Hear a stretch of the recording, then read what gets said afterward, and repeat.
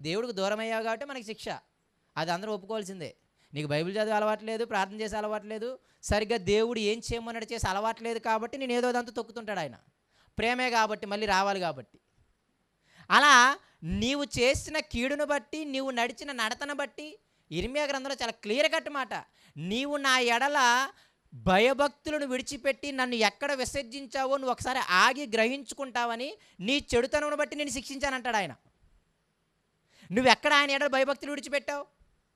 చాలా క్లియర్ మాట. ఆ మాట కూడా ఒకసారి చూడండి, ఇక్కడ చేయించండి. ఇర్మియా గ్రంథం 2వ అధ్యాయం అనుకుంటా. ఇవన్నీ మీకు చెప్పిన మాటలే, అందుకే ఫాస్ట్గా వెళ్తున్నాను. నా ఉద్దేశం ఇక్కడ ఆగిపోవడం కాదు, ఇంకా ముందుకెళ్ళాలి. ఈ మాట చాలా జాగ్రత్తగా చూడండి. ఇర్మియా గ్రంథం 2వ అధ్యాయం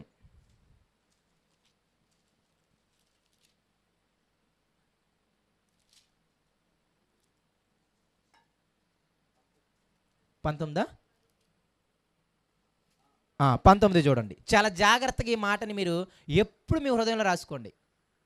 నాకు ఏదన్నా ఒక రోగం కానీ, ఒక ఇంట్లో ఒక శ్రమ కానీ అర్థమైపోయిందంటే ఎమ్మటే చెక్ చేసుకున్న పాయింట్ ఇదే చెక్ చేసుకుంటా. ఎక్కడ ఆయన ఎడల భయభక్తులు విడిచిపెట్టాం? మొదటిది.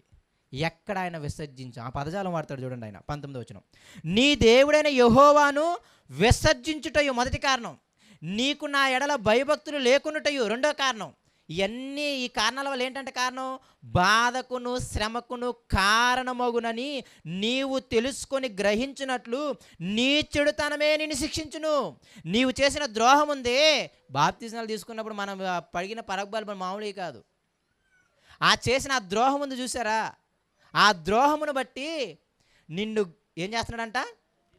నిన్ను గద్దించిన నీ ప్రభువగు సైన్యములకు అధిపతి యెహోవా సెలవిచ్చుచున్నాడు. అక్కడ మాటలు మీకు అర్థమైందా? ఎక్కడ దేవుని ఎడల భయభక్తులు విడిచిపెట్టావు, ఎక్కడ ఆయన విసర్జించావు అని నువ్వు ఆగి గ్రహించుకుంటావని చెప్పి. గ్రహించుకునేది ఎందుకు? మళ్ళీ అది చేయకుండా ఉంటావని గ్రహించుకుంటావని చెప్పి. నువ్వు చేసిన చెడుతనం ఉందే, నువ్వు చేసిన ద్రోహం ఉందే, దాన్ని బట్టి నిన్ను నన్ను శిక్షిస్తాడంట, నిన్ను నన్ను గద్దిస్తాడు అంట. అంటే ఒక క్రిస్టియన్స్గా మళ్ళీ చెబుతున్నాను, దేవుణ్ణి ఎరిగిన బిడ్డలుగా ఒక రోగము కానీ ఒక శ్రమ కానీ మన గృహములోకి ఎంటర్ అయ్యింది అంటే, ఓకే సాధారణంగా కాలం మారింది అందుకు వచ్చిందిలే అనుకునే దానికంటే ముందు ఎక్కడైనా నేను దేవుని ఎడల భయభక్తులు విడిచిపెట్టానా, నేను కానీ నా కుటుంబం కానీ, నేను కానీ నా సంఘము కానీ దేవుని ఎడల భయభక్తులు విడిచిపెట్టానా, ఆయన ఎక్కడైనా విసర్జించానా, అసలు ఆయన వాక్యాన్ని చదువుతున్నానా, ఆయన వాక్య ప్రకారంగా నేను బతుకుతున్నానా, అసలు ఆయన చెప్పిన విధంగా ఎవరికైనా సువార్త చేస్తున్నానా, ఆయన చెప్పిన విధంగా అసలు నేను నడుస్తున్నానా, అసలు నా ధనము ఒక వ్యక్తి మారు మనసుకి ఉపయోగించడానికి నేనేమైనా ఉపయోగిస్తున్నానా, ఇదిగో సంఘంలో ఉన్నావు నీవు, అసలు నీ యొక్క రోల్ ఏంటి సంఘంలో, ఇవన్నీ నువ్వు తెలుసుకోకుండా నేను ఇది చెప్పి ఇది చెప్పడానికి నా ఉద్దేశం కాదు. కానీ ఇదే మరి ఆయన అందులో భయం లేకపోవడం అంటే అదే ఉద్దేశం. నీకు ఇచ్చిన రోల్స్ చాలా ఉన్నాయి, నీవు నేను చేయాల్సిన పనులు చాలా ఉన్నాయి. అంటే దాని అర్థం ఏంటి? మనం ఎడల భయం లేదని. ఆ మాటలు తెలియదు కదా, ఎవరికి తెలియ చెప్పండి. ఈ మాటలు మీకు ఎవరికైనా తెలియవా? ఇప్పుడు నేను చెప్పిన మాటలేవి, బైబిల్ చదువుకోవాలని, ప్రార్థన చేసుకోవాలని, సంఘంలో మీరు ఒక రోల్ కలిగి ఉండాలి అని, మీ ధనం సువార్తకి సంఘ అవసరాలకి పాస్టర్ గారికి ఉపయోగపడాలి అని, ఇవన్నీ ఎవరికి తెలియదు చెప్పండి? తెలిసినవే చేయలేనివి మనం. అదే భయం లేకపోవడం అంటే. అంతే కదా, భయం ఉంటే ఏం చేస్తాం? కంపల్సరీ చేస్తాం. అదే విసర్జించడం అంటే పక్కనెట్టేసాం. దానికి ఇదిగో అదే చెడుతనం, వేరేది కూడా చెడుతనం కాదు. మళ్ళీ ఆయన ఎడల భయభక్తులు విడిచిపెట్టి ఆయన విసర్జించడమే చెడుతనం. ఆ అవగాహన మనకు రావాలి. ఒక ఇబ్బంది, ఒక శ్రమ నిన్ను, నన్ను, నీ కుటుంబాన్ని, నా కుటుంబాన్ని చుట్టుముట్టింది అంటే మనకి మొదటి రావాల్సింది ఏంటి అంటే, నేను ఎక్కడ ఆయన భయభక్తులు వదిలిపెట్టాను, ఎక్కడ నేను చెడుతనం నడిచాను, ఎక్కడ ఆయన మాటకు వ్యతిరేకంగా బ్రతికాను. రెండవదే, నేను బాగానే ఉన్నాను, పరీక్షించడానికి పరీక్ష వచ్చింది అని.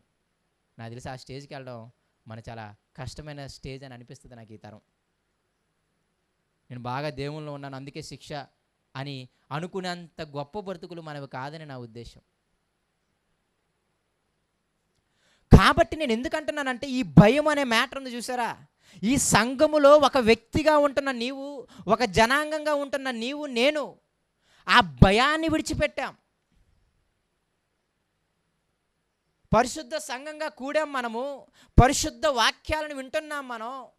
ఆ పరిశుద్ధులు ఎలా బ్రతకాలో, ఎటువంటి పనులు చేయాలో ప్రతి ఆదివారము వింటున్నాం మనం. ఇవన్నీ ఎందుకంటే నీవు నేను ఎలా బిహేవ్ చేయాలో దానికోసం ఇదంతా. మనకి ఎలా ప్రవర్తించాలో తెలియదు, మనకి ఎలా నడవాలో తెలియదు. అందుకు అవి నేర్చుకోవడానికి ఇక్కడికి వచ్చాం మనం. మందిరానికి వచ్చేది అందుకే.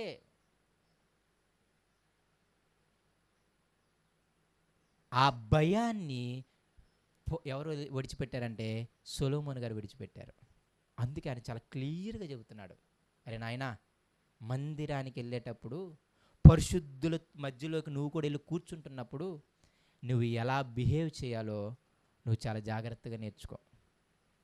నీ బుర్రలో పుట్టిన దాని ప్రకారం కాదు, చక్కగా వచ్చి ముందు ఆయన మాట ఆలకించు. అది శ్రేష్టం. ఇన్ని మేలులు చేస్తే వీటి దగ్గర సరిపెట్టాం. కానీ ఎప్పుడైనా దావీదు పట్ల దేవుడు మేలు చేశాడు తన పాపాన్ని తీసేసి? దావీదు ఏం చేశాడు చెప్పండి? ఎప్పటి నుండి పాపం చేసేవారికి నీ మాటలు ప్రకటిస్తానయ్యా అన్నాడు. అవునా కదా? అవునా? దావీదు తీసుకున్న తీర్మానం ఏంటి తెలుసా? ఆయన చేసిన గొప్ప మేలుకి దావీదు పలికిన మాట ఏంటి తెలుసా? నీవు కానీ నా పాపాన్ని కానీ తీసేస్తే, నా హృదయములో మళ్ళీ పాపంలో పడకుండా ఉండే ఒక మంచి స్థిరమైన మనస్సుని నా అంతరంగంలో నువ్వు పుట్టిస్తే, ఈ కళ్ళ ముందున్న ఈ పాపం నేను భరించలేకపోతున్నా, ఈ వేదన నేను భరించలేకపోతున్నా, దీని నుండి కానీ నన్ను విడిపిస్తే, అప్పుడు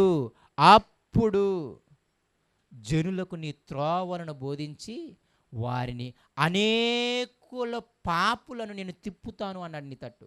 నేను పాపం చేశాను, దానివల్ల నాకు ఎంత శిక్ష వచ్చిందో నాకు తెలుసు. నాలాగే ఉన్న చాలామంది దేవుని ఎరిగిన బిడ్డలు ఉన్నారు. వాళ్ళందరినీ నేనేం చేస్తాను? నీ మాటలు చెప్పి వారి పాపము నుండి వారిని త్రప్పిస్తాను అని చెప్పాడు ఆయన. ఇన్ని చేసిన మేలు ఎప్పుడన్నా అటువంటి తీర్మానం ఎవరైనా తీసుకుని ఎప్పుడన్నా చూసారా మీరు? నిజంగా ఆశ్చర్యం అనిపిస్తుంది. ఇగో ఈ రోజు నుండి దేవుడు నా పాపాన్ని క్షమించాడు, నాకు మేలు చేశాడు. ఈ రోజు నుండి దేవుడికి కోసం నాలాగా పాపం చేసేవాళ్ళు చాలామంది ఉన్నారు. వాళ్ళకి దేవుని మాటలు చెప్పి వాళ్ళని వెంటాడి వాళ్ళని దేవుని వైపు తిప్పుతాను అనే తీర్మానం తీసుకున్న వాళ్ళు ఎవరైనా ఉన్నారా? చాలా రేరుగా కనపడుతుంది కదా. అందుకే అనిపిస్తుంది అనుకుంటా సొలొమోను చాలా క్లియర్గా చెప్పాడు, అవన్నీ ఆపేసి ముందు ఆయన దగ్గరికి వచ్చి ఆయన మాట ఆలకించు. ఆయన మాట ఆలకిస్తే ఇది చెబుతాడు ఆయన. కృతజ్ఞత కలిగి ఉండడం అంటే ఇది. అనేకులైన పాపులు ఉన్నారు, ఇదిగో నీ మాటలు వింటూ కూడా పాపం చేస్తున్నారు. వాళ్ళకి తెలియట్లేదు నీ గురించి, నీ ఎడల భయం వాళ్ళకి అర్థం అవ్వటం లేదు. కాబట్టి నువ్వు నాకు ఒక్క అవకాశం ఇస్తే, ఈ పాపంతో ఉండి నేను చెబితే ఎవరెనరో, ఈ పాపం నువ్వు తీసేసావు, నాకు ఒక అవకాశం ఇవ్వు, అప్పుడు నేను జనులను ఏం చేస్తాను? నీ తట్టు తిప్పుతాను అన్నాడు ఆయన. అప్పుడప్పుడు అదొక విషయం అనిపిస్తుంది. నిజంగా ఈ టైప్ ఆఫ్ తీర్మానాలు తీసుకోరు, ఎందుకంటే ఇది కష్టం. ఒకని పాపం నుండి తిప్పాలంటే వాడి చుట్టూ తిరగాలి, వాడికి వాక్యం చెప్పాలంటే మనం చదవాలి, వాడికి ప్రార్థనకి రా అంటే ముందు మనం ప్రార్థనకి రావాలి, వాడికి ప్రార్థన నేర్పించాలంటే ముందు మనకు ప్రార్థన వచ్చి ఉండాలి, వాడికి సహాయం చేయాలంటే మన డబ్బులు కొంచెం ఖర్చు చేయాలి. అందుకే ఇది ఎప్పుడు జరుగుద్ది తెలుసా? ఆడు మారేంత వరకు జరుగుద్ది. అది ప్రాబ్లం ఇక్కడ. వాడు ఎప్పుడు 3 సంవత్సరాలకు మారాడు అనుకో, 3 సంవత్సరాల దాకా ఎంటపడాలి వాడికి. 3 సంవత్సరాల దాకా ఖర్చు అవుతూనే ఉంటుంది. 3 సంవత్సరాల దాకా మనం వాడిని ఎంటపడుతూనే ఉండాలి. అదే కృతజ్ఞత గుడికైతే ఒక రోజుతో దుమ్ము దులిపైపోతాం. అంతేనే కదా? అవి పెట్టడం తప్పని నా ఉద్దేశం కాదు, అవన్నీ సెకండరీవి. అవి చేయడం మంచిది, నేను దాన్ని కాదనట్లేదు నా ఉద్దేశం. కానీ దానికంటే శ్రేష్టమైనవి ఉన్నాయి, వాటితో కలిపి ఇవి చేస్తే చాలా ఉపయోగకరంగా ఉంటాయి. ఒక వ్యక్తి ఎప్పుడు మారుతాడో మనకు తెలియదు. ఒక వ్యక్తిని మార్చాలి అంటే మన దుంప దిగిపోద్ది అనమాట. అది తెలిసింది, అవునా కదా? వెంటాడారం అంటే అంత ఈజీ ఏం కాదు. కాబట్టి అటువంటి తీర్మానాలు ఎవరు తీసుకోరు. అప్పుడప్పుడు ఇంకొక తీర్మానాలు కూడా తీసుకుంటుంటారు. దేవుడు నాకు ఈ మేలు చేశాడండి, అందుకే నేను ఆభరణాలు పెట్టుకోవడం మానేశాను అంటారనమాట. అవునా? మంచిదే, కానీ దానికంటే మంచిదే ఉంది తెలుసా? దేవుడు నాకు మేలు చేశాడండి, ఈరోజు నేను నా జెహోవా ఫలాన్ని అర్పించుకుంటానని ఎవరు చెప్పరు. హెబ్రీ పత్రికలో సంఘంతో ఏమంటాడు తెలుసా? మీ జెహోవా ఫలాన్ని దేవునికి అర్పించండి అన్నాడు. జెహోవా ఫలం అంటే నాలుక. అంటే అర్థమేంటి తెలుసా? ఈ నాలుకతో దేవుని మాటలు చెప్పడానికి నేను సమర్పించుకున్నానండి అని ఎవరైనా చెబుతారేమో అని ఆయన అంటున్నాడు. ఆ మాట మాత్రం ఎవరు చెప్పరు. ఆభరణాలు సమృద్ధి పెద్ద ఏముంది, చక్కగా బ్యాంకులు ఉంటాయి, లేకపోతే ఎక్కడ ఉంటాయి. తీసేయడం పెద్ద ఏమైనా కష్టమా? అప్పుడప్పుడు మీరు ఆలోచించండి. అంటే చాలా ఇవి చేస్తూ చాలా గొప్పగా ఫీల్ అయిపోతుంటారు. అది నాకు చాలా బాధాకరమైన విషయం. ఏముంది, ఆభరణాలు తినే పెద్ద విషయమా ఏంటి? ఓకే, ఒక లోకంలో బతికే ఒక స్త్రీకి ఆభరణాలు తీయడం అంటే కొంచెం కష్టమే. అప్పుడు దాకా బతుకున్నాడు కదా. క్రైస్తవులకి పెద్ద ఆభరణాలు తీయడం పెద్ద విషయం ఉంది చెప్పు? శరీరకి చంపేసుకోవాలని ఎప్పుడు నుండో ఉంది, అవునా కదా? అది క్రైస్తవులకి పెద్ద విషయం కాదు. లోకంలో బాగా తిరిగిన వాళ్ళకి కొంచెం విషయం అవ్వచ్చు. మరి దేవుడు ఏం అర్పించమంటున్నాడు? మీ జెహోవా ఫలాన్ని అర్పించమంటున్నాడు. ఇది మాత్రం మనం అర్పించాం. సింపుల్గా దేవుడు కాపాడాలనుకున్నప్పుడు కాపాడుకుంటానులే బ్రదర్ అంటాం అనమాట. ఎందుకంటే మనం తిరగాల్సి వస్తుంది కాబట్టి. నేను ఎందుకు అంటున్నాను, నాకు నిజంగా సొలొమోనుని చూసినప్పుడు మీరు పర్టికులర్ ఆయన జీవితాన్ని ఆలోచించండి, మీకు అర్థమవుతుంది. ఎందుకు ఆ మాట అంటున్నావు నువ్వు? మందిరంగా పోయినప్పుడు జాగ్రత్తగా చూసుకోమంటున్నావు. రెండవది, నీ ఇష్టం వచ్చింది చేయి మాకు. 10 మంది చెప్పారు, 10 మంది బుర్రలు, ఇక అదే ఫాలో. ఆయన పెట్టాడు, ఈయన పెట్టాడు, తోటి విశ్వాసం పెట్టింది, తోటి సంఘ పెద్ద పెట్టాడు, ఆయన పెట్టాడు, కాబట్టి మనం కూడా అదే పందాలు. అది కాదు. ముందు ఆలకించి ఆయన మాట వినటం శ్రేష్టం. ఒక మేలు నీ జీవితంలో జరిగింది అంటే అసలు దేవుడు నన్నేం చేయమంటున్నాడు? అసలు అన్నిటికంటే బైబిల్లో శ్రేష్టమైంది ఏంటి? ఎప్పుడైనా ఎతికారా మీరు? అన్నిటికంటే బైబిల్లో శ్రేష్టమైంది ఏంటి? ఒక దేవుని బిడ్డగా ఒక సంఘములో పరిశుద్ధుల గుంపులో బ్రతుకుతున్న నేను అన్నిటికంటే శ్రేష్టమైన పని చేయడం ఏంటి?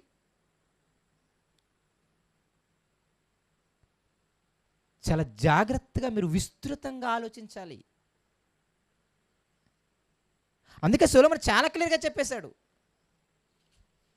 ఆ మాటకి రండి ఒకసారి, చదవండి మళ్ళీ ఎవరైనా ఒకసారి. మందిరమునకు పోవునప్పుడు నీ యొక్క ప్రవర్తన జాగ్రత్తగా చూసుకోనుము. చూసారా, ఎవరు పడితే వాళ్ళు అన్యులు, దేవుని ఎరగని వాళ్ళు చూసారా, వాళ్ళు ఒక 100 సూత్రాలు చెప్తారు. ఇదిగో దేవుని ధనం ఇస్తే నీ పాపాలు పోతాయనో, లేదా అడిగిన మునికి సరిపోతాను, లేదా ఇది చేస్తే ఇదిగో ఎక్కువ మేలు చేస్తే ఎక్కువ పాపాలు క్షమింపబడతాయనో. వాళ్ళు కూడా పాపం తీసేసుకోవడానికే ప్రయత్నాలు. కానీ విషయం ఏంటంటే అవన్నీ కాదయ్యా, అసలు దేవుడు ఏం చెప్తున్నాడు, నా యెహోవా ఏం చెప్తున్నాడు, ఏనేం చెప్తున్నాడు అని మీరు ఆలోచించే ఒక మంచి మాట మీకు ఉండగలగాలి, ఒక ఆలోచన ఉండగలగాలి. ఇంకా ముందుకెళ్దాం చూడండి. వారు తెలియకే దుర్మార్గ పనులు చేయుదురు. నీవు దేవుని సన్నిధిని అనాలోచనగా పలుకుటక నీ హృదయము త్వరపడనీయక నీ నోటిని కాచుకొమ్ము. దేవుడు ఆకాశమందు ఉన్నాడు, నీవు భూమి మీద ఉన్నావు, కావున నీ మాటలు ఎలా ఉండాలి? కొద్దిగా ఉండాలి. 4వ వచనము, నీవు దేవునికి మొక్కుబడి చేసుకుని నెడలా దానిని చెల్లించుటకు ఆలస్యము చేయకము. బుద్ధిహీనుల యందు ఆయనకి ఇష్టము లేదు. నీవు మొక్కుకొని దానిని చెల్లించుము. నీ మొక్కుకొని చెల్లింపు కంటే మొక్కుకోకుండా ఉండడమే మేలు. నీ దేహము, ఈ మాట జ్ఞాపకం పెట్టుకోండి, నీ దేహమును శిక్షకు లోబరుచున్నంత పని నీ నోటి వలన జరగనీయ మాకు. అది వెళ్ళి పాస్టర్ గారి దగ్గరికి వెళ్ళి అయ్యయ్యో పొరపాటున జరిగిందని చెప్పమాకు అంటున్నాడు ఆయన. అర్థమవుతుందా? నీ దేహము శిక్షకు ఎప్పుడు లోనవుతుంది తెలుసా? ఆయన మాటకి లోబడినప్పుడు. ఇదిగో వీటి అంతము, ఇదిగో సంఘంలో నువ్వు ఎలాగో ప్రవర్తించాలో నీకు తెలియనప్పుడు దాని అంతం ఏంటి తెలుసా? దాని ప్రతిఫలం ఏంటి తెలుసా? నువ్వు నాకు ప్రవర్తించడం తెలియదని విత్తనం వేసావు కదా, ఆ విత్తనం యొక్క మొలకేంటో తెలుసా? శిక్ష. ఎలాగో ప్రవర్తించాలో మీకు తెలియని విత్తనాలు వేశారు మీరు. ఆ విత్తనాలు ఫలిస్తాయి. ఫలించి ఏం చేస్తాయంటే మీ దేహాన్ని శిక్షకు లోను చేస్తాయి.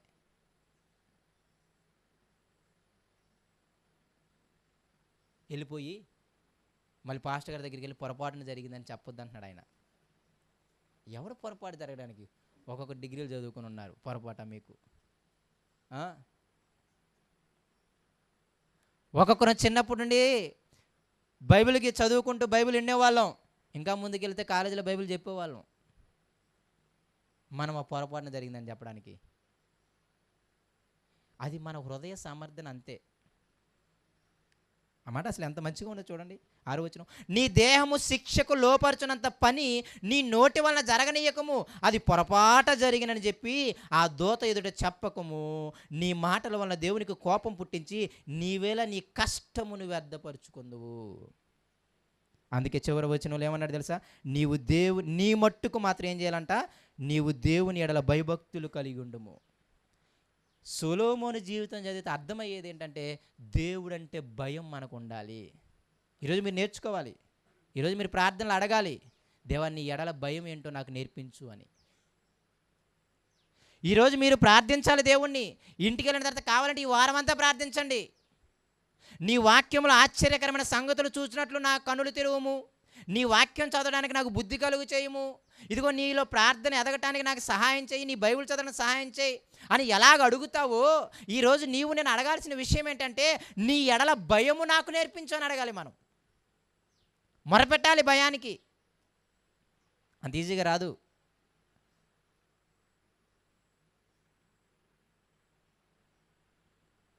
నీ ఎడల భయము నాకు నేర్పించు, నీ ఎడల భయభక్తులు నాకు నేర్పించు.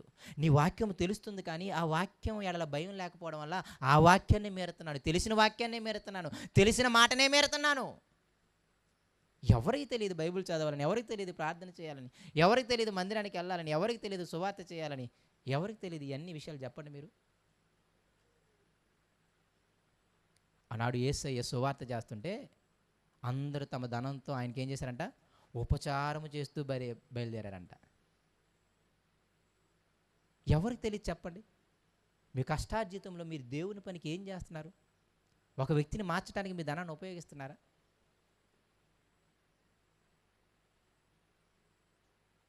ఈనాడు ఇవన్నీ లోపాలే, మళ్ళీ ఇవన్నీ తెలియకేం కాదు. అందుకే మీ దేహం శిక్షకు లోనయ్యేది. నేర్చుకోండి. అసలు దేవుడు ఏం చెప్తున్నాడు ఆలకించండి. వచ్చి ఆయన దగ్గరికి వచ్చి ఆలకించండి. నన్నేం చేయమంటున్నాడు, నన్నేం చేయమంటున్నాడు, నేను ఎక్కడ ఆయన విసర్జించాను, ఎక్కడ ఆయన ఎలా భయభక్తులు విడిచిపెట్టాను, ఆయన వాక్యానికి ఎక్కడ నేను విరుద్ధంగా బ్రతికాను, నేను నా కుటుంబం ఎలా జీవిస్తున్నాం,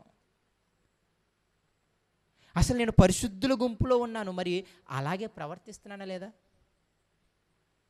నేను సంఘంలో కాపరిగా ఉన్నా, మరి కాపర లక్షణాలు నాలో ఉంటున్నాయా? సంఘంలో పురుషునిగా ఉన్న ఆ పురుషుని లక్షణాలు నాలో ఉంటున్నాయా? సంఘంలో స్త్రీగా ఉన్న ఆ స్త్రీ లక్షణాలు నాలో ఉంటున్నాయా? అవన్నీ చెప్పాడు ఆయన తిమోతి గారికి. చెప్పి లాస్ట్లో ఈ మాట అన్నాడు, ఇవన్నీ నువ్వు తెలుసుకోవాలి ముందు. ఇవన్నీ తెలుసుకుని నువ్వేం చేయాలి? వాళ్ళకి చెప్పాలి. ఇది చూసి చూడనట్టు వెళ్ళిపోయే స్కూల్ కాదు. ఇది చూసి చూడనట్టు వెళ్ళిపోయే ట్రైనింగ్, ఏదో ట్రైనింగ్ చేస్తామని చూసే బ్యాంక్ కోచింగ్లు, లేకపోతే ఇంకో కోచింగ్లు అలాంటిది కాదు. ఆ ట్రైనింగ్లు మీరు చదివితే చదవండి, లేకపోతే పొండి అని వదిలేస్తారు. ఈయన అలాంటోడు కాదు. పరీక్షించి పరిశోధించి నువ్వు నడిచే నడక, నీ ఆలోచన, నీ నోటి మాట రాకముందే మాట, నీ పడక, అమ్మో ఆయన జీవించేవాడయ్యా. జ్ఞాపకం పెట్టుకోవాలి మనం. ఆ మాట వినపడంగానే భయం కలగాలి. జీవించేవాడు అనే మాట ఆదరణ ఎంత ఇస్తుందో భయాన్ని కూడా అంతే ఇస్తుంది. నా బాధను చూస్తాను, నా దేవుడు నాకు సహాయం చేస్తాడని ఆదరణ జీవించేవాడు అంటే. రెండోది ఏంటి తెలుసా? నా పాపాన్ని కూడా చూస్తాడు, నన్ను శిక్షిస్తాడని భయం కూడా ఉంటుంది.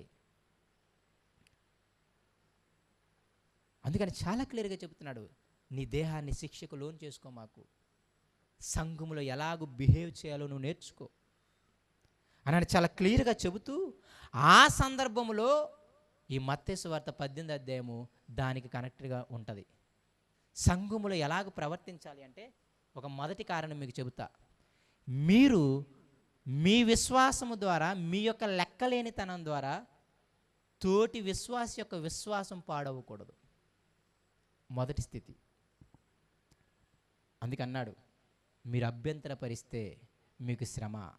అభ్యంతరపరచటం అనే మాటకి మూల భాషలో ఏముంటుందని ఆలోచించినప్పుడు ఆయన అంటాడనమాట, ఒకరి విశ్వాసాన్ని పాడు చేయటం. ఏంటంట? అభ్యంతరపరచడం అర్థం ఏంటంటే, నీ లెక్కలేనితనం వల్ల, నీ యొక్క లెక్కలేని నడవడి వల్ల, నీ యొక్క నా యొక్క లెక్కలేని ప్రవర్తన వల్ల సంఘములో ఉన్న పరిశుద్ధులు ఉంటారే వాళ్ళకు కూడా విశ్వాసాన్ని పాడు చేయటం.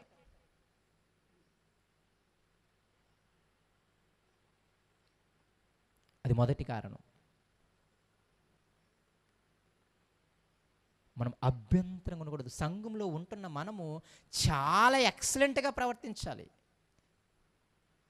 చాలా ఎక్సలెంట్గా ప్రవర్తించాలి అంటే అర్థం ఏంటి తెలుసా? నిన్ను నన్ను చూసి ఇంకొకరి విశ్వాసము పాడవకూడదు.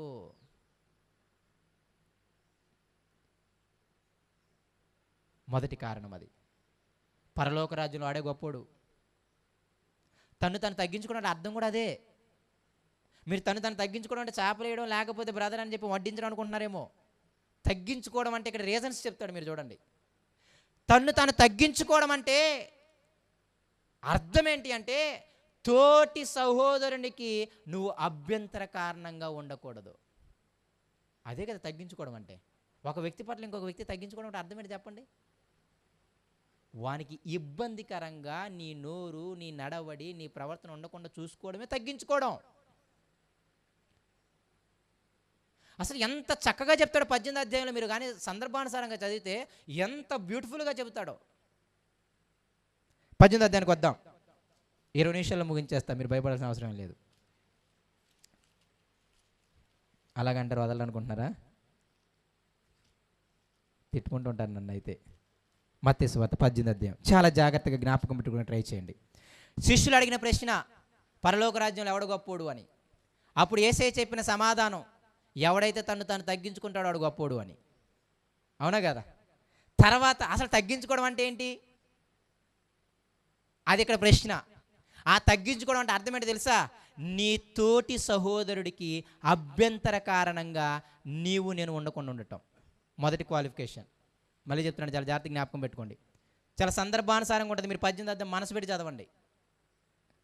వాళ్ళు అడిగిన ప్రశ్న, పరలోక రాజ్యంలో గొప్పోడు ఎవడు అంటే, దేవుని సంఘములో ఎవడు గొప్పోడు? ఎవడు గొప్పోడు అంటే తను తగ్గించుకున్నాడు. అసలు తగ్గించుకున్నవాడు అంటే ఎవడు? మొదటి కారణం, తగ్గించుకునేవాడు మొదటి లక్షణం ఏంటి తెలుసా? తోటి సహోదరుడికి అభ్యంతర కారణంగా ఇతడు ఉండడు. అది మొదటి లక్షణం. అయితే అభ్యంతర కారణంగా ఎలా ఉంటాం? ఇది కారణం, ఇది కూడా తెలియాలి మనకి. అభ్యంతర కారణంగా ఎలా ఉంటాం? వండుకొని ఉండడం అంటే ఎలాగా? మిమ్మల్ని కొన్ని క్వశ్చన్లు అడుగుతాను, చెప్పండి. అభ్యంతర కారణంగా తోటి విశ్వాసిని మనం అభ్యంతర కారణంగా అతని విశ్వాసాన్ని మనం పాడు చేయకుండా మనం ఉండాలి అంటే ఎలా ఉండాలి? ఇదే ప్రశ్న ఇంకో మాటలు అడుగుతానులే. ఏ పనులు చేస్తే తోటి విశ్వాసాలు పాడైపోతారు చెప్పండి, నువ్వు నేను? సంఘానికి రాకపోతే, ఇంకా బూతులాడడం, ఇంకా వ్యసనాలకు గురవటం, ఇంకా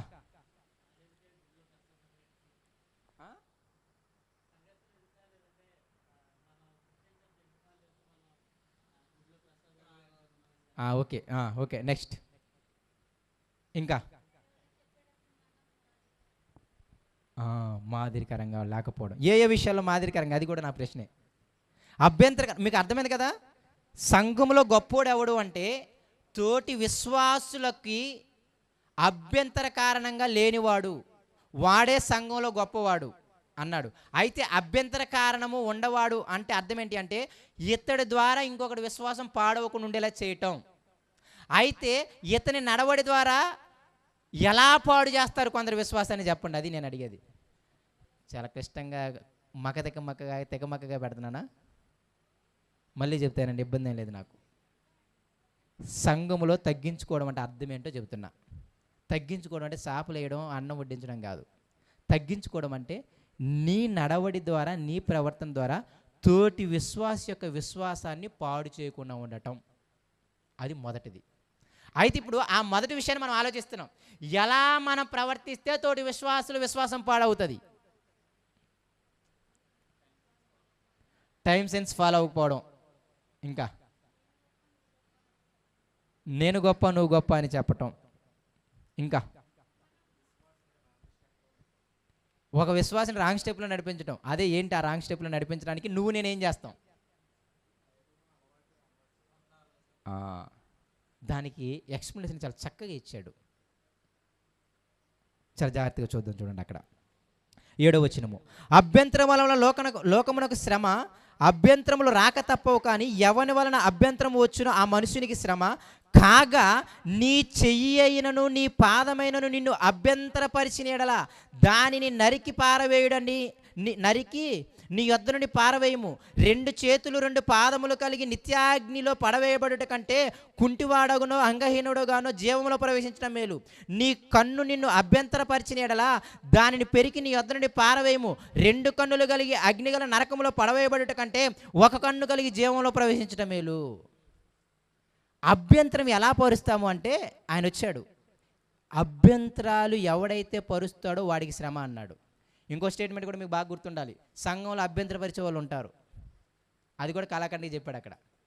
అభ్యంతరాలు రాక మానవ అనేసాడు, అవునా లేదా? కానీ వచ్చేవాడికి శ్రమ అన్నాడు. అంటే దాని అర్థం ఏంటంటే మొదటిది ఆ అభ్యంతరాలు తెచ్చే గుంపులో నువ్వు నేను ఉండకూడదు అని. అందుకే ఈ మాట చెప్పాడు. అరే సంఘంలో ఉంటారు 100 మంది ఉంటే కంపల్సరీగా ఒక 10 మంది సంఘాన్ని పాడు చేసే వాళ్ళు ఉంటారు. అయితే ఎందుకు ఈ మాట చెబుతున్నాను అంటే వాళ్ళలో నువ్వు ఉండకూడదని. అందుకే ఒక సంఘంతో మాట్లాడుతూ నీలో యెజబేలు లాంటి స్త్రీ ఉన్నా సరే నువ్వు సహిస్తున్నావు అంటాడు ప్రకటన గ్రంథంలో ఒక సంఘంతో, అవునా కదా? సహిస్తూ ఏమంటారు తెలుసా?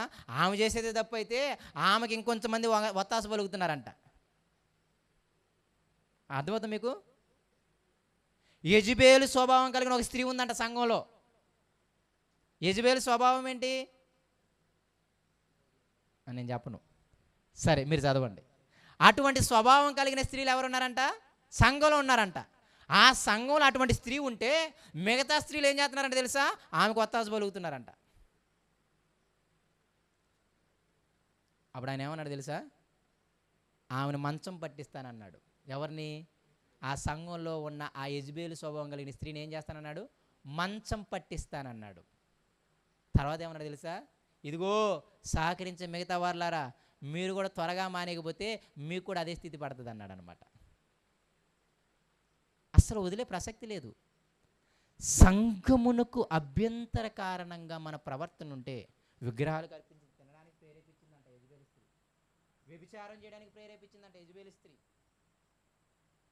ఇటువంటి క్యారెక్టర్స్కి ప్రేరేపిస్తున్నారు ఎవరు? సంఘములో ఉన్న ఒక వ్యక్తి. అందుకే ఇప్పుడు ఏమన్నాడు తెలుసా? ఆ అభ్యంతరాలు కలిగించేది ఏంటంట? అవయవాల గురించి మాట్లాడాడు. ఎందుకు అవయవాల గురించి మాట్లాడాడు? ఆ వ్యక్తిని అలా చేసేది ఆ అవయవాలే. మీకు ఈ మాట అర్థం అవడానికి మీకు తెలియాలి అంటే మత్తయి సువార్త 5వ అధ్యాయానికి రండి, మీకు చాలా క్లియర్గా అర్థమవుతుంది. మత్తయి సువార్త 5వ అధ్యాయం 27వ వచనం. వ్యభిచారము చేయవద్దని చెప్పబడిన మాట మీరు విన్నారు కదా. నేను మీతో చెప్పునేదేమనగా, ఒక స్త్రీని మోహపు చూపుతో చూచు ప్రతివాడు అప్పుడే తన హృదయమందు ఆమెతో వ్యభిచారం చేసిన వాడగును. నీ కుడి కన్ను నిన్ను అభ్యంతరపరిచిన ఎడల దానిని పెరికి నీ యొద్ద నుండి పారవేయము. నీ దేహమంతయు నరకంలో పడవేయబడుట కంటే నీ అవయములలో ఒకటి నశించి నీకు ప్రయోజనకరము కదా. నీ కుడి చెయ్యి నిన్ను అభ్యంతరపరిచిన ఎడల దాన్ని నరికి నీ యొద్ద నుండి పారవేయము. నీ దేహమంతయు నరకంలో పడకుండా నీ అవయములలో ఒకటి నశించుట నీకు ప్రయోజనకరము కదా. వ్యభిచారం గురించి మాట్లాడి అవయవాల గురించి మాట్లాడుతున్నాడు ఆయన. కాన్సెప్ట్ అదే. మళ్ళీ కిందకి వెళ్తే భార్య గురించి మాట్లాడుతున్నాడు. 31వ వచనం. తన భార్యని విడనాడు వాడు ఆమెకు పరిత్యాగ పత్రిక. ఆయన కాన్సెప్ట్ ఏంటి అంటే ఒక వ్యభిచారం చేసే కాన్సెప్ట్ గురించి మాట్లాడుతున్నాడు. అయితే ఆ వ్యభిచారము చేయడానికి దోహదపడేది ఏంటి అంటే నీ కన్ను.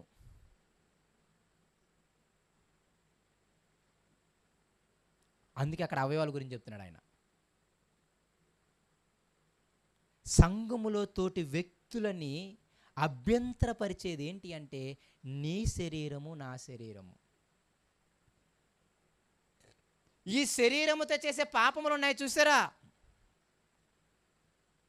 ఆ పాపాలు ఏం చేస్తున్నాయి అంటే ఇంకొక వ్యక్తిని ప్రోత్సాహపరుస్తాయి.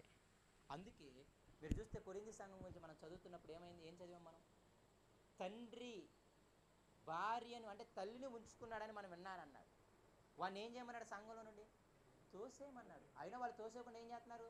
అందులో ఉంచుకున్నారు. దాన్ని ఎందుకు తోసేయమంటున్నాడు? ఆయన చేసింది మిగతా విశ్వాసులు కూడా ఏమవుతారు? ఆసరా తీసుకుంటారా లేదా? ఓహో ఇలా చేయడం తప్పేం కాదు,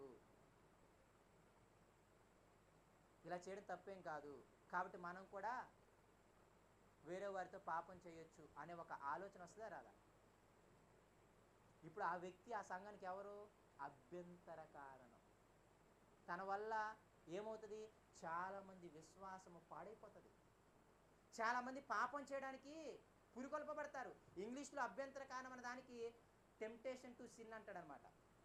ఇంకొక మాట అంటే అది పాపంలో పడవేయడానికి ఒక టెంప్టేషన్ అనమాట. అభ్యంతర కారణానికి ఇంగ్లీష్ వర్షన్ చదవండి మీరు.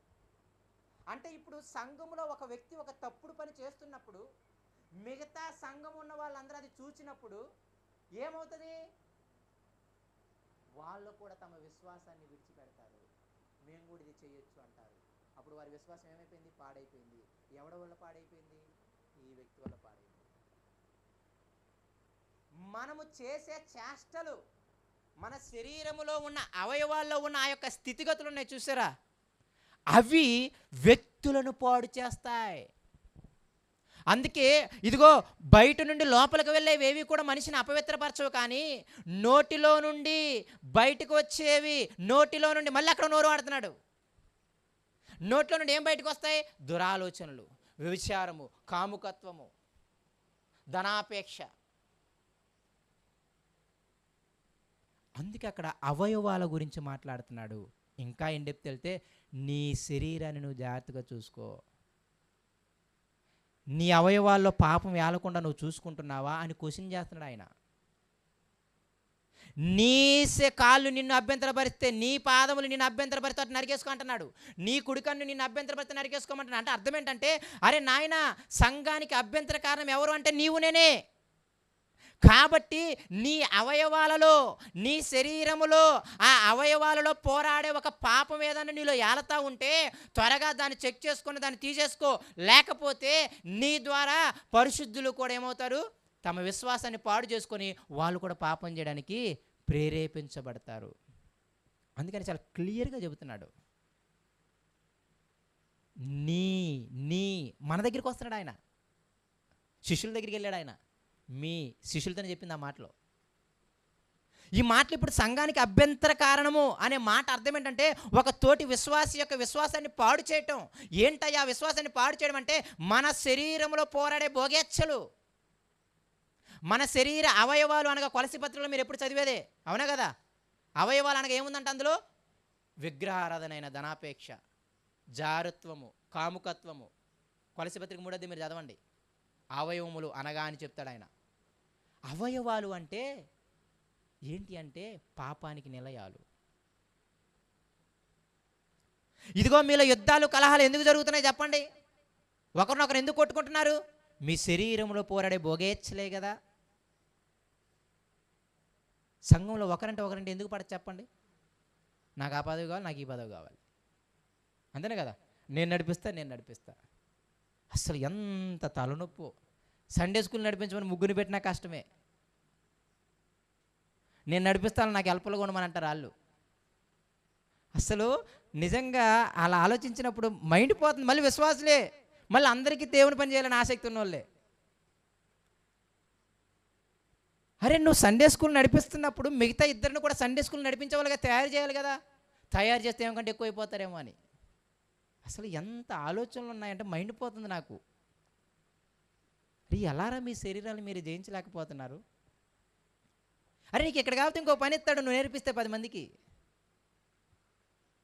అసలు దేవుడు రూల్ ఏంటంటే, నీకంటే నీ కింద ఉన్న వాళ్ళు బాగా ఉంటే అప్పుడు నువ్వు ఆనందపడాలి. పౌలు చూసి ఆనందపడ్డాడు. మేము వేసేదో తిరిగాం, నాకంటే గొప్పగా ఉన్నాడు పౌలు అని ఏం బాధపడలేదు ఆయన. దేవుడు తనకిచ్చిన కృపను చూసి నన్ను యూదులకు అపోస్తులుగా, తన్నేమో అన్ని జనులకు అపోస్తులుగా పెట్టాడని చక్కగా మహిమపరిచాడు పేతురు. ఎవరిని? దేవుణ్ణి. అంటే విశ్వాసుల మధ్య మీరు చూడండి, ఈ శరీర అవయవాల్లో ఉన్న ఇవన్నీ ఉన్నాయే, ఈ ధనాపేక్ష, ఈ కాముకత్వం, ఈ జారత్వము, వీటన్నిటిలో నీవు నేను పడితే తద్వారా సంఘాన్ని పాడు చేసిన వాళ్ళం అవుతాం. అది ఫైనల్ వాడు అనమాట.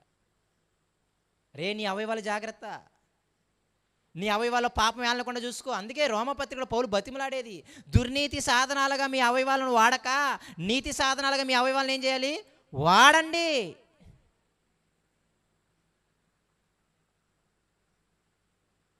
పోకిరి చేష్టలు, అల్లలతో కూడిన ఆటపాటలు. ఈ చేష్టల వల్ల మిగతా వాళ్ళని మనం ఏం చేస్తాం తెలుసా? నువ్వు కూడా ఇలా చేస్తే పర్లేదులే అని వాళ్ళ విశ్వాసాన్ని పాడు చేస్తున్నాం మనం.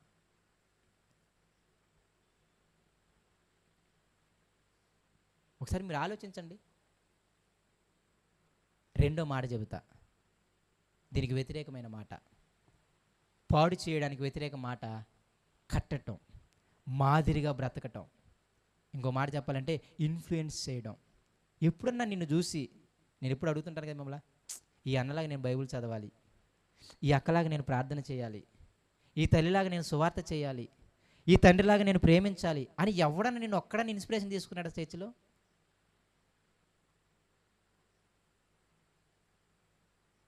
సిగ్గుపడాలి మనం.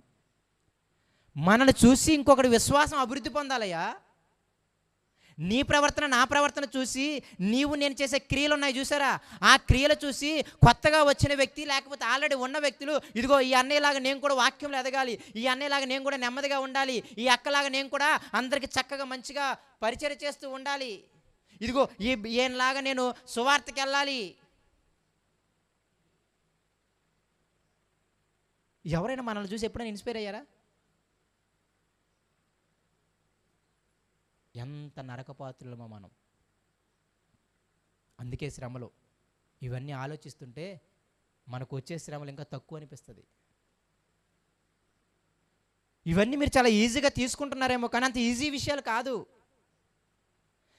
నీవు పాడవడం నీకు ఒక్కడికే నష్టం కాదు, సంఘంలో నువ్వు లెక్కలేనితనంగా ఉండటం, పరిశుద్ధుల గుంపులో నీవు సరైన విధానంలో లేకపోవటం, మిగతా వారిని పాడు చేయడం అవుతుంది. ప్రతి విషయంలో నువ్వు మాదిరిగా ఉండాలి. నిన్ను చూసి నన్ను చూసి ఒకరు ఇన్స్పైర్ అవ్వాలి. ఈ విధంగా ఉండాలి, ఈ విధంగా ఉండాలి, ఈ విధంగా చేయాలి, ఈ విధంగా చేయాలి అని. ఏ విషయాలు ఇన్స్పైర్ అవుతున్నారు చెప్పండి? ఏ విషయాల్లో మనం ఇన్స్పైర్ చేయగలుగుతున్నాం? ఆదిమ సంఘం చూడండి ఎంతమంది ఇన్ఫ్లుయెన్స్ చేసింది. ఇప్పటికీ మాట్లాడుకుంటాం. ఏక మనసు ఏక హృదయం వచ్చింది. ప్రతిరోజు ఇంటింటా కూడుకుంటున్నారు, దేవాలయంలో కూడుకుంటున్నారు. దేవాలయంకి వచ్చిన ఆ యూదులకి సువార్త చేస్తున్నారు, ఇంటింటా కూడుకుని అన్యులకి సువార్త చేస్తున్నారు. ఎవరిని వదలట్లేదు ఆయన. ఆదిమ సంఘం దేవాలయంలో తప్పక ఎందుకు కూడుకుంది అనుకుంటున్నారు? దేవాలయంలో అయితే యూదులు దొరుకుతారు, అవునా కదా? యూదులు బయట దొరకరు, దేవాలయంకి వెళ్తే యూదులు తప్పకుండా దొరుకుతారు. కాబట్టి అందుకు ఆదిమ సంఘం ప్రతి దినము కూడా అయితే ఇంటింటా లేకపోతే దేవాలయంలో కూడుకుంటూ వచ్చారు. వాళ్ళు ఎందుకు కూడుకుంటూ వచ్చారంటే, ఈ దేవాలయంలో యూదులు దొరుకుతారు, ఇంటింటా అన్యులు దొరుకుతారు, మొత్తాన్ని కవర్ చేస్తారు వాళ్ళు. ఇప్పటికి అదే మాదిరి చెప్పుకుంటాం మనం. ఎడతెగక ప్రార్థన యందు, బోధ యందు, రొట్టె విరిచట యందు, సహవాసం యందు ఉన్నారు ఇప్పటికీ చెప్పుకుంటాం. తమ స్థిరాస్తులను అమ్మేసి ఇచ్చేశారయ్యా సువార్త కోసం అంటాం. అసలు ఈ విషయాలు దేంట్లో నువ్వు నేను మాదిరి చెప్పు? ఈ విధంగా ఆలోచిస్తే సంఘాన్ని నువ్వే పాడు చేసినట్టుంది. ఒక్క విషయంలో కూడా మనం ఇన్స్పైర్గా లేకపోతే దాని అర్థం ఏంటి? సంఘాన్ని మనమే పాడు చేస్తున్నాం.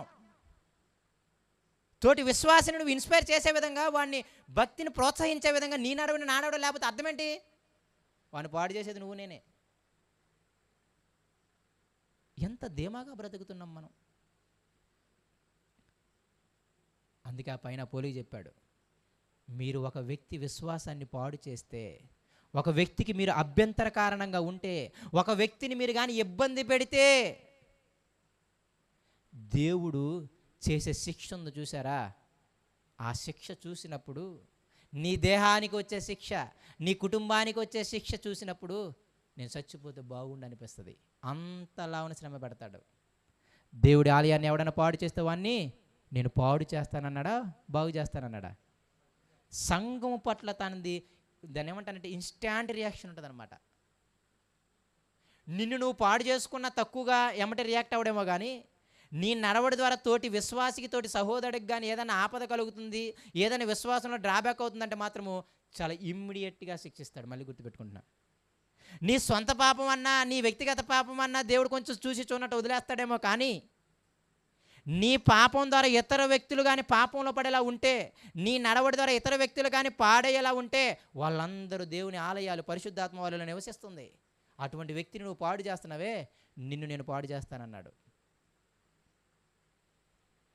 సంఘము భూమి మీద అత్యున్నతమైంది. ప్రతి కార్యక్రమం సంఘం నుండి జరిగింది. మీరు జ్ఞాపకం పెట్టుకోండి. సువార్థికులు సంఘం నుండి పంపబడ్డారు. పేదలకి సంఘం నుండి సహాయం అందించింది ధనం.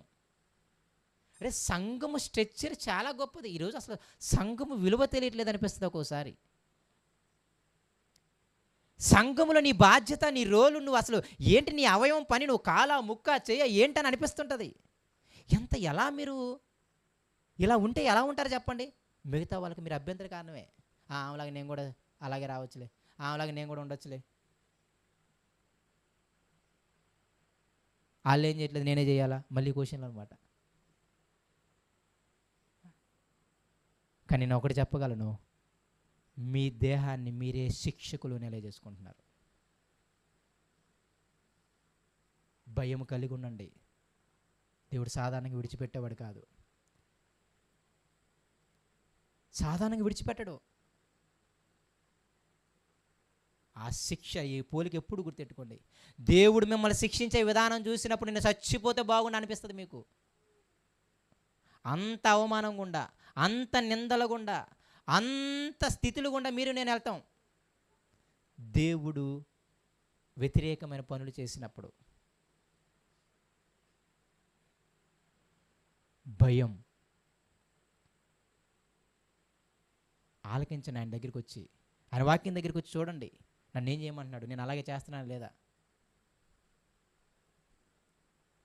అలా చేయకపోతే చాలా శ్రమ అన్నాడు ఆయన. కాబట్టి మొదటి క్రియ అభ్యంతరపరచడం అంటే నేను అంటున్నాను, తోటి యొక్క విశ్వాసాన్ని పాడు చేయటం.